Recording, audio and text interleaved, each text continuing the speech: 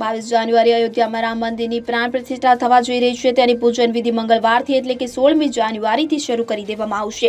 શ્રી રામ જન્મભૂમિ તીર્થ ક્ષેત્રે ટ્રસ્ટના મહાસચિવ ચંપત રાયે કહ્યું હતું કે મંગળવારથી શરૂ થવા જઈ રહેલી આ પૂજન વિધિ 22મી જાન્યુઆરી સુધી ચાલશે, જ્યારે રામલલાની પ્રાણ પ્રતિષ્ઠા 22મી જાન્યુઆરીએ બપોરે 12:20 સુધી શરૂ થશે, જે 1 વાગ્યે પૂર્ણ કરી દેવામાં આવશે। મહત્વનું છે કે મૈસૂરના અરુણ યોગીરાજ દ્વારા બનાવવામાં આવેલી રામલલાની નવી પ્રતિમાને રામ મંદિરમાં સ્થાપિત કરાશે કે જેના લોકો 23મી જાન્યુઆરીથી દર્શન કરી શકશે। જે પ્રતિમાને પસંદ કરાઈ છે તે શ્યામલ રંગની છે કે જેમાં 5 વર્ષના બાળ સ્વરૂપમાં ઊભા આકારમાં હશે। કાર્યક્રમોની વાત કરીએ તો 16મીએ પ્રાયશ્ચિત, 10મીએ સ્નાન, વિષ્ણુ પૂજન, ગોદાન વગેરે, 17મીએ શોભાયાત્રા, સરયુનું જળ મંદિરે પહોંચશે, 18મીએ ગણેશ અંબિકા પૂજન, વાસ્તુ પૂજન થશે, તો 19મીએ અગ્નિ અને નવગ્રહ સ્થાપના હવન કરાશે, 20મીએ ગર્ભગૃહને સરયુના જળથી ધોવામાં આવશે, 21મી જાન્યુઆરીએ 125 કળશને મૂર્તિ દિવ્ય સ્થાન થશે અને 22મીએ પ્રાણ પ્રતિષ્ઠા થશે।